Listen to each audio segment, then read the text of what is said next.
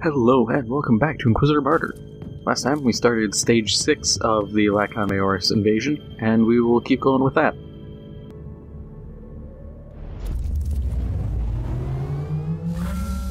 This looks bad. Our navigator has gone half mad from the warp anomalies. We've detected several warp rifts in the area. The veil between the real space and the immaterium is fading. We have to stop this madness. Imperial reconnaissance forces located. Potentially useful assets, but their current situation is terminal. Immediate action required. Reconnaissance force relieved. Send basic, follow and protect order to the survivors. So I switched out part of my build. I brought back the sniping. If I get a kill, it auto-refreshes. Just because I realize how useful that is, and I already have a bunch of stuff put into building that way. And so it'd be kind of stupid just to keep not using it. I still need to see if maybe like an Exodus rifle is my best damage option, because this doesn't do as much as I'd like. But I kept... You know what, I'm just gonna check it quick. What did I... Yeah, okay, so kept the shield, kept the enemies affected by dots or blinded, and then kept that. I was flip-flopping between using the enemies suffer like 50% more damage while debuffed ability, because I thought, well, I debuff so much that I'm gonna just get naturally 50% more damage. But I figured I'd rather try to get better sniping shots off. I can pull, you know, a ×8 easy kill. It just sucks when I hit dudes like that and they just eat the shot.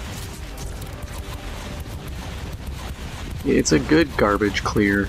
Wow, everybody, all those guardsmen are dead. I expected that. Losing the magazine capacity kinda sucks, but it's not that big a deal.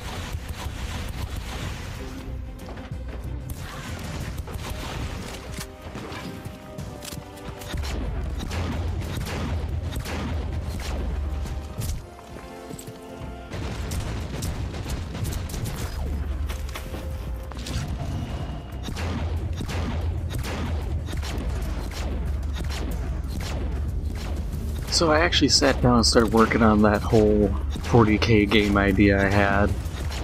Roughing it out. I have to look at some stuff before I really start prototyping anything. The idea has legs, honestly.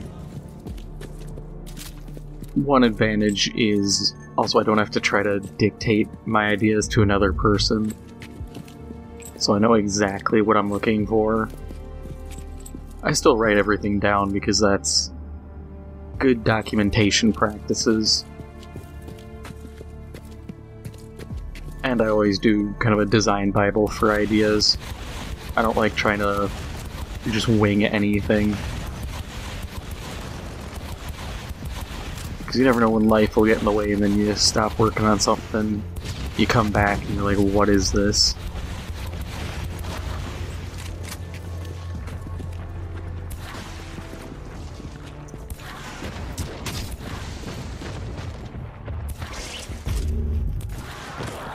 Reloading. But I was thinking too about other games, because I like the idea of larger scale 40K combat games. And one game came to mind. It isn't 40K, but if any of you remember playing Command & Conquer Renegade, it was the only Command & Conquer that was like a first-person shooter. There's some guys out there who they're working on it right now. They've made it. They essentially remade the game. I believe it's Renegade X, and it's really cool because a lot of the stuff is Like, you capture bases and can build structures in the bases. You can call in the nukes, like the ion cannon and all that. And it's such a cool idea, and I'm kind of surprised EA never bothered to even try doing that. Like, they released CNC 4, it flopped because it was terrible, and then we're just like, yeah, we're just gonna do a remaster of old Command & Conquer and then not touch it. I mean, if you look into CNC 4, I think they even called it like Tiberium. Just, it was a stupid name. And it turned out what the game was it was originally meant to be like a Korean market game. One less gateway into And the madness. the developers and EA were just like, yeah, just release it globally. And globally it failed because what people want in a game is different depending on your region. And so it failed, and then they just, you know, do the classic, oh, it failed, so clearly people don't want it. Which I've said before is a stupid idea, you know. If I make a really poor quality hamburger and you don't want it, it doesn't mean you don't want burgers, you just don't want bad ones. It doesn't make sense for me to close up my burger shop and be like, oh, nobody wants these anymore. But that's the mentality taken. I was also thinking, since it's now 2022, and I don't know when the Sister of Battle DLC is coming out, but I was wondering, what do you guys think is going to be the faction added to the game? Because I highly, highly doubt it's going to be one of the small DLCs like they used to do. They're too small, they're kind of iffy in quality. A lot of times you can get away with not getting them. But a bigger one, I assume it's going to be, based on how long it's been, probably going to be prophecy-sized. You know, new character with class, new weapons for the class, new story, maybe some enemies. Actually guaranteed some enemies because prophecy came with the Tyranids. So, you know, that raises the question, who do you think it's going to be? They've had some missions kind of hint at one of the races in the area encountering Necrons, or at least having Necron-like tech. Which would be a cool idea, but I also don't know. This guy's literally taking no damage. I don't like that at all.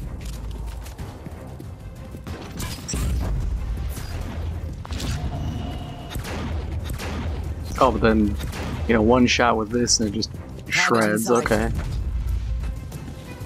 Ah, I hate knockback when you're suppressed.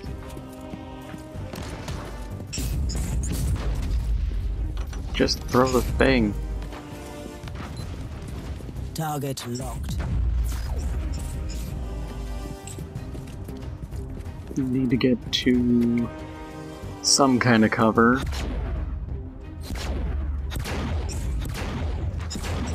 My cover is gonna go up in a second, I can guarantee it.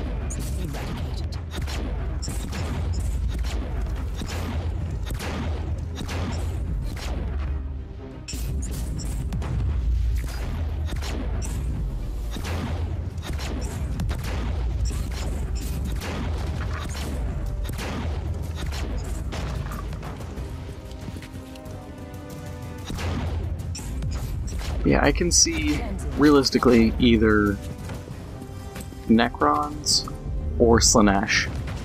Maybe Tzeentch. I can't see them adding orcs as much as I'd like them to. Tau wouldn't make a lot of sense. And that's kinda all we have left. I'd like to see more added to Adeptus Mechanicus so that we can have Rogue AdMech. But Oh no, I don't see it happening.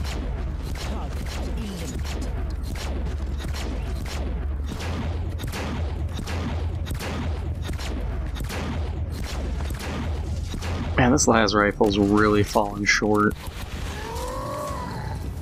But I still need it. I got rid of the armor I had that gave the needler effect on hit. Just because I'm not utilizing it enough.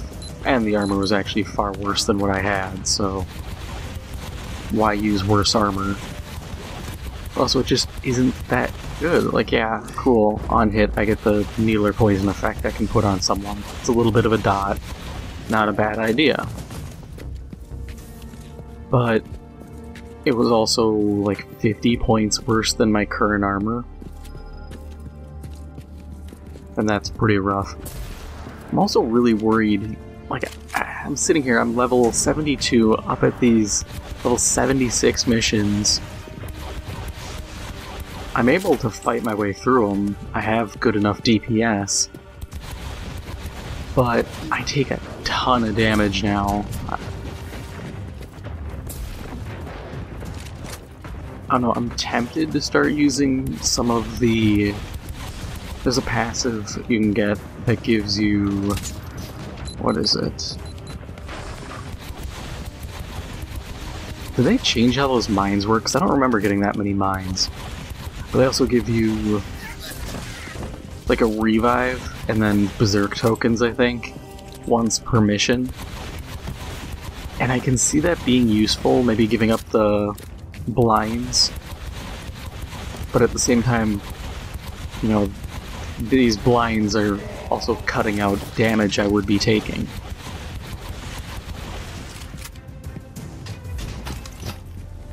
So I'm kinda torn between the options.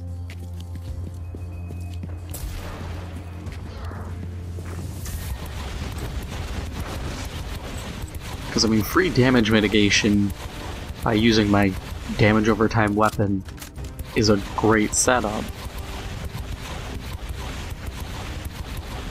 I just don't know.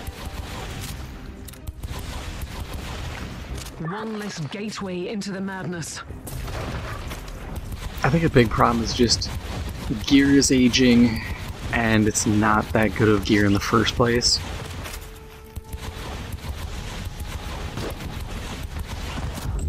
Like, I'll take a second here and go through, okay, random vulnerability to target on hit. 2/3 of that are useless when I hit an enemy. So I'd like to replace that. I could probably just swap the ability, but I don't know. Inoculator of Storm. I got empty sockets I could utilize, but it's aged to a degree. That's fine. That's kind of a waste. I don't really stun, so that's kind of a waste. That one's a waste, because I don't have current. And I don't, or current warp heat, I don't have warp heat.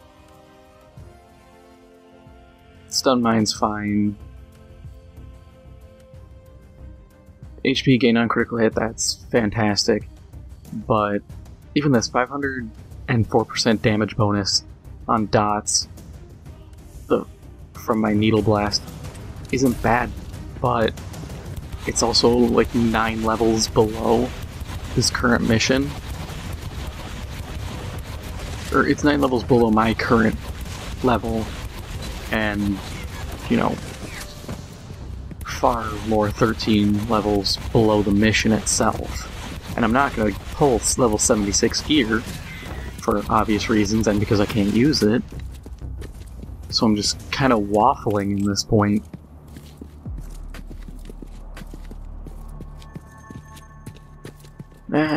We'll open the chest. It'll give me a turret to fight.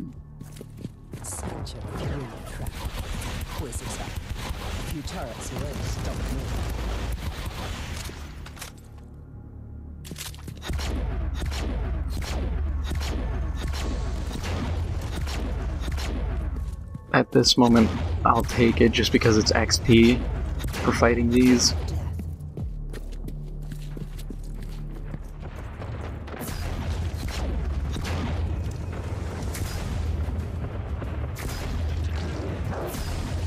Cleansing shots fired. I was playing a Crusader, finally used a grav gun on a Crusader for once. And man, they're so much better than the grav pistols. The AoE, like, lingering ability they have is way stronger. They have a continuous beam that just rips away pretty much any and all... What is it? It's the second bar, not the health, the other one I always forget, suppression. It rips away suppression like there's no tomorrow. It has a piercing, like, slowing blast shot that I'm kind of meh on. It works, but compared to the final two abilities, it's just not worth using.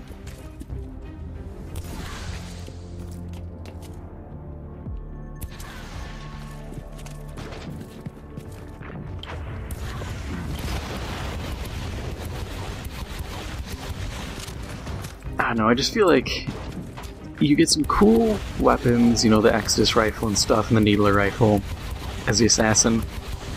But short of that, you get just the worst gear imaginable. You know, Time Warp, cool. This is fantastic, I love this.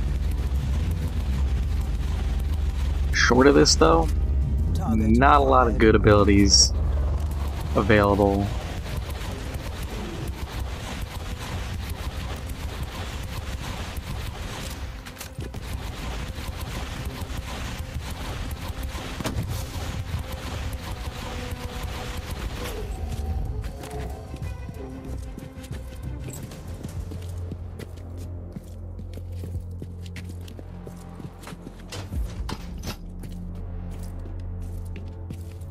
Nothing up here.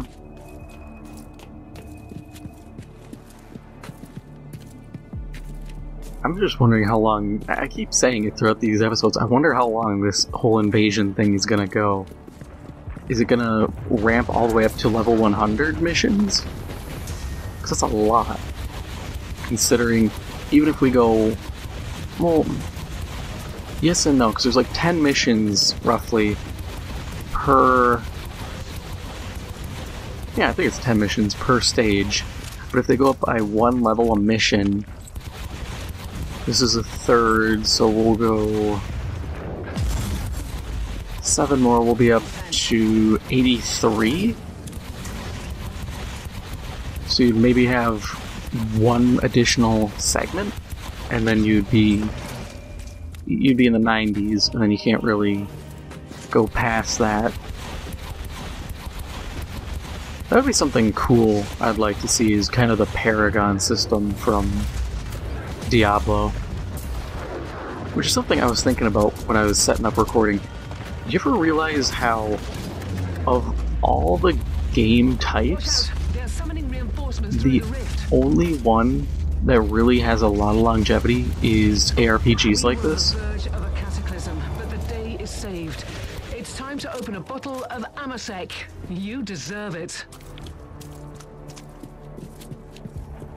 Because I was thinking about it, like, I can't remember how long...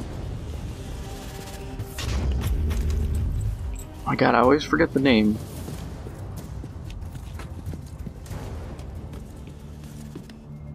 Yeah, it's one of the ARPGs. Literally, I'm going to remember it every time, like I do when I'm editing. But... Grim Dawn, that's what it is. You have Grim Dawn, which I don't remember how long that's been out. You got Diablo, which I remember coming out on the PS3 and 360. Because I remember when I was younger going to parties and there was a guy I knew who he talked about playing it. Because I remember back the whole like auction house issue and all that. Like, I remember those days. And they're still doing seasons for that game, probably because Blizzard knows whatever Diablo 4 is going to be is probably going to suck. Hate to be the bearer of bad news, but considering how they've been handling everything else, And considering they were planning a mobile game, and then people rightfully gave them shit for it, they had to quickly slap something together.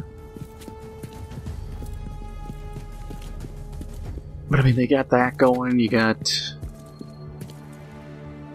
Now I'm gonna draw a blank on the other one. Made by Grinding Gear. Path of Exile. You got Path of Exile, which is still going, and they're making Path of Exile 2. But I mean, these games last way longer, and I don't fully understand how. Is it the seasons? I honestly think it's seasons, and it's kind of surprising because nothing else, outside of a few anomalies, can really last as long.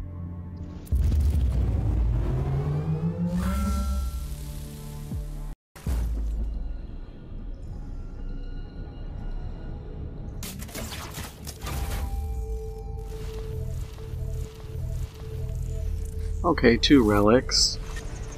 Garbage. Pretty garbage, okay.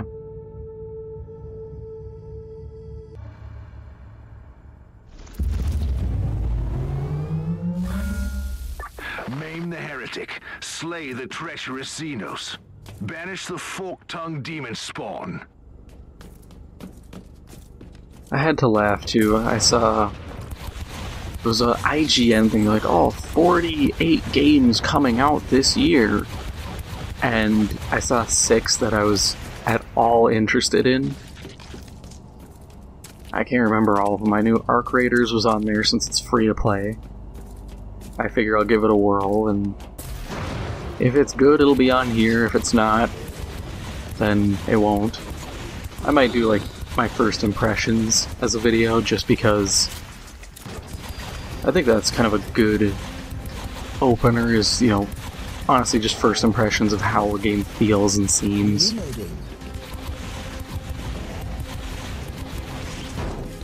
But there's that, Elden Ring, which I'm obviously hyped for.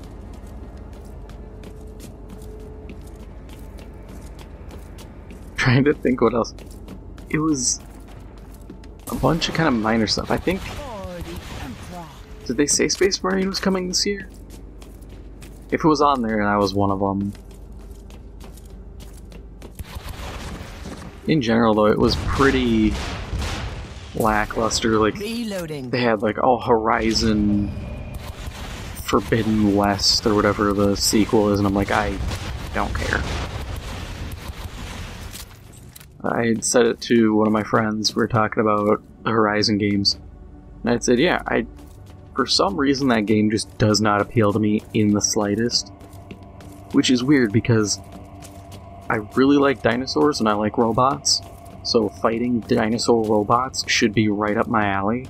But every time I see that game, I'm just like, nah, I don't care.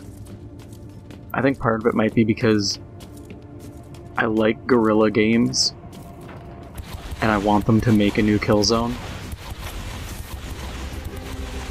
You know, I get Sony being like, oh, we're gonna focus on single-player games. But to me, single-player has very little replayability. Like, I'm not one of those people who's gonna sit there and be like, I need to do a Ghost of Tsushima no-hit run. Nah, dude, I don't care. I'll play it once, get the story, maybe try to get the collectibles, and then I'm out.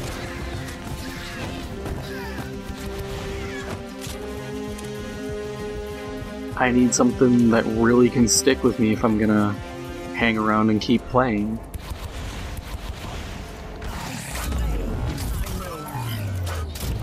And a lot of times these games just don't do it. I know everybody's freaking out over God of War. I like the OG God of Wars. I played them. But now, to me, suddenly being like, oh, now it's Norse mythology, it feels like Sony just trying to get more life out of the franchise when I feel it ended just fine with God of War 3.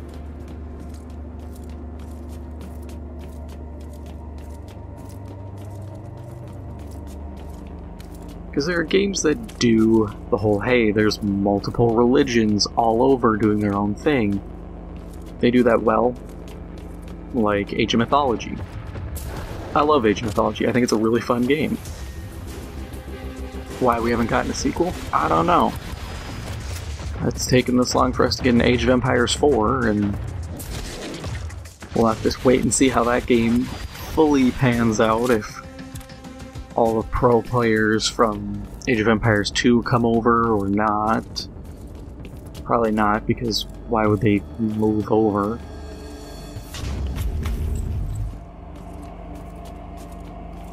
But, I don't know.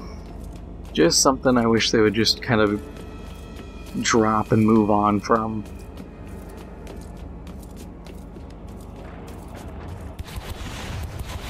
Especially when, yes, your single player stuff's neat, but single player games,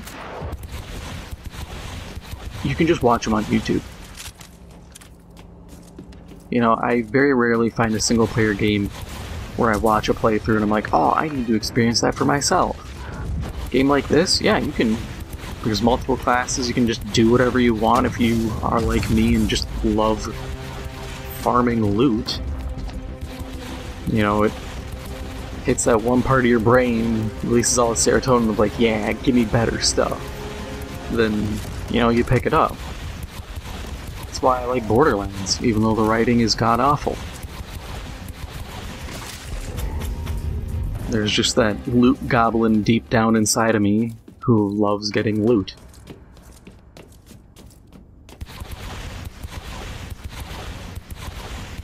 Which is actually one of the things that kept me playing Shadow of Mordor for a long time, and Shadow of War. That, and honestly, just setting up fights between random orcs to get them to kill each other.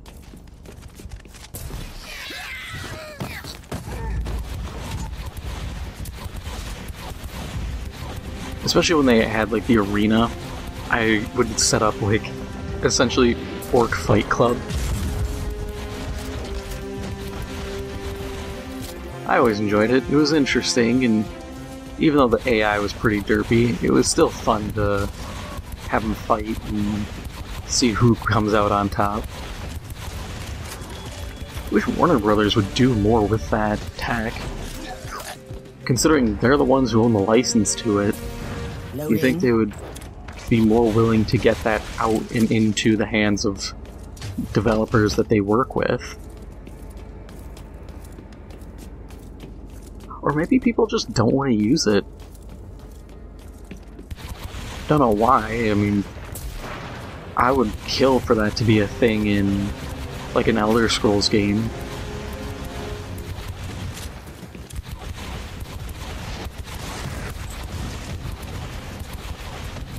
Honestly, I'd love just the passage of time to be proper in an Elder Scrolls game. Like, when you rest, it actually is like, oh, you're gonna rest for like a month to kind of justify you healing instead of you laid in a bed for an hour. You are now fully healed.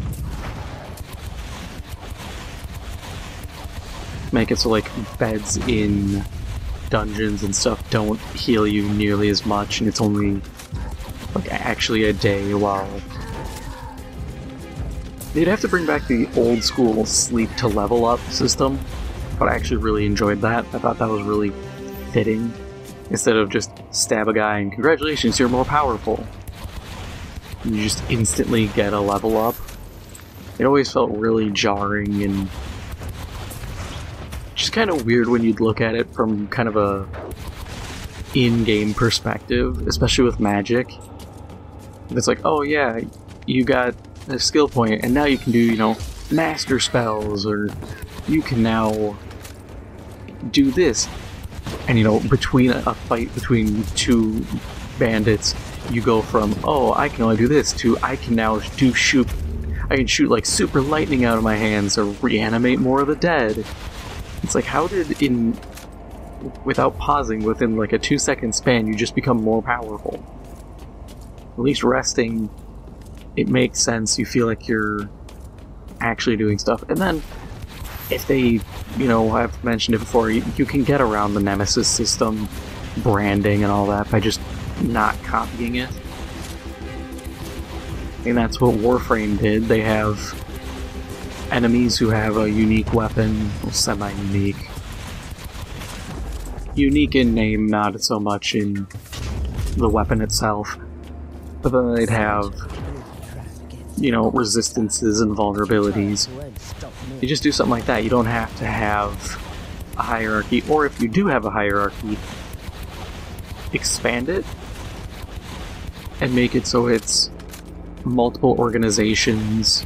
You know, oh, this guy works for, in, you know, Elder Scrolls logic here, he works for a necromancer group, or this guy got high enough level and formed a Daedra worshipping cult. And suddenly it's a smaller sub-faction. You know, it doesn't have to be, oh, they move up and take ranks and all that. Or you can make it a very nebulous rank system of, like, you know, there isn't a set number of low-level guys or high-level guys. Guys can kill each other for rank, but, you know, stuff happens. And you can make it really interesting. I would love for that to happen. You have a Total War Warhammer-style corruption system. So, when a faction, let's say necromancers, take over, you know, a cave, there's a certain region around it that deals with undead corruption. You know, spawning rates are changed and we'll have more undead. Up to a certain point where it's maximum corruption, it bleeds to adjacent areas. Same as, you know, Daedric corruption, if you do certain things. Because that's one thing too, is then you could introduce kind of like Oblivion Gates or the Dolmen Gates from ESO, but have them be, you know, permanently open instead of just continually spewing invading forces. It could be a gradual, some guys come through. And once again, in terms of like lore, you can BS lore. Off the top of my head, you can say, oh well, the magic used to open this gate to Oblivion, or whatever realm of Oblivion, it isn't stable. And because of that, only a set amount of people can go in or out at any point. Too many guys coming out or going in can collapse it. And then if it collapses, then, you know, everybody's screwed for a while as they try to make a new gate. This way you explain everything away, and it's believable. And then you can have, you know, this demonic corruption in the area, and it retains a threat while being more believable. Because otherwise every Daedra cult that would form would just be a mini Oblivion crisis. And while that would be cool, it could also be a problem. No, I just want better Oblivion, or better Elder Scrolls games. I want better games.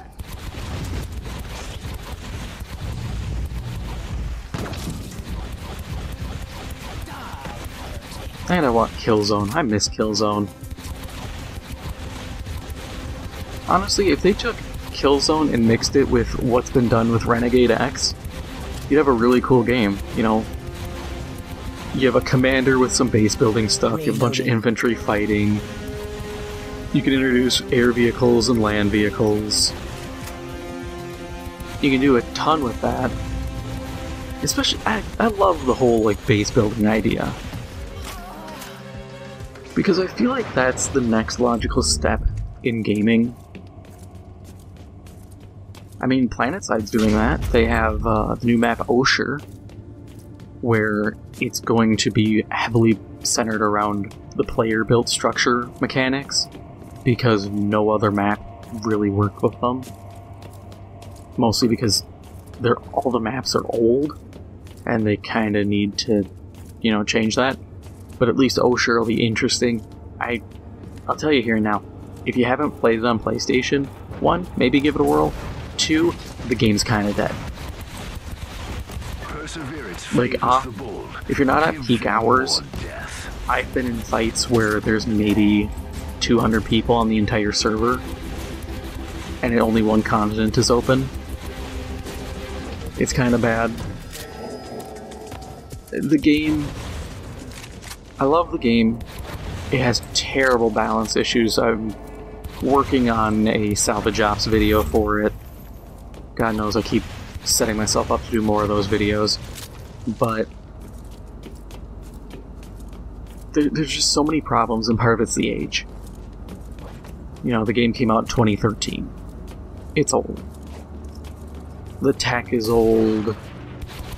There's really bad class imbalance. The faction imbalance isn't terrible, though I do think it's kind of BS how one faction literally gets shotguns on their heavy mech units, like their mech infantry, while no one else gets anything like that, so they'll just wander through all the buildings that are close quarters and just flatten you with dual auto shotties. And the best you can do is just run.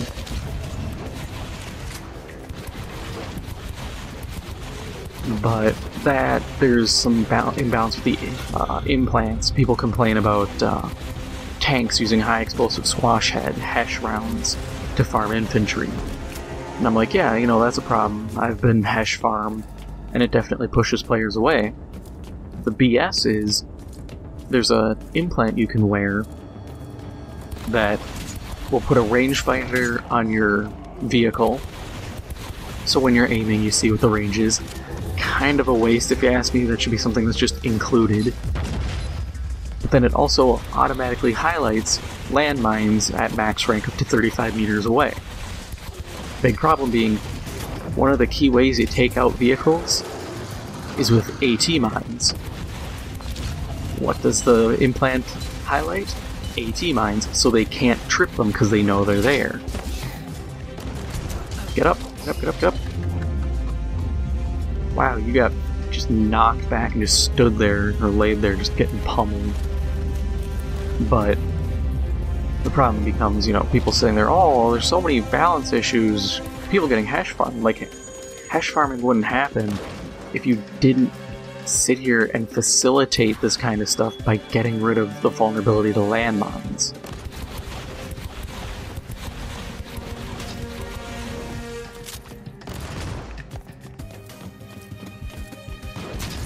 But, you know, what do I know? I'm not some big-name planet-side YouTuber or streamer, so my opinion means very little. But there's definitely... the game has issues. I think it's worth, if you haven't played it, playing it at least a little. You know, redeploy if you have to, if you're getting just farmed at a location. There's no point in hanging around. Just zerging a location is fun, but if it just means dying a bunch to something you can't counter, it's not worth the effort. Reposition, go fight elsewhere. But even that's become an issue. People have referred to the game as redeploy side because of how easily it facilitates it. A lot of old mechanics went away. Like what you could do in PlanetSide 1 was you had to farm resources to put into like a resource silo in a base. And effectively what it would do is say, okay, each respawn takes X amount of resource. If you consume all your respawns without resupplying resource, you just can't spawn there anymore and the base falls. Which really helps attackers. And I think it would help split players out of these zergs. Instead of just human wave tactics, they might willingly split and go elsewhere. But it might also be a matter of just player numbers. I don't know. Like I always say, what do I know? I'm just a dude on the internet.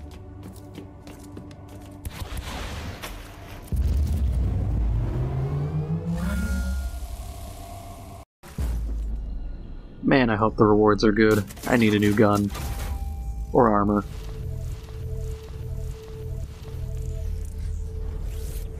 Not what I was hoping for. Hey, I got a challenge done. Cool. But that is all for now. If you enjoyed this episode, make sure to hit the like button. It helps out the channel a lot. If you haven't already, make sure to hit the subscribe button. Yeah. Make sure to hit the subscribe button. Thank you for watching, and I'll see you in the next one.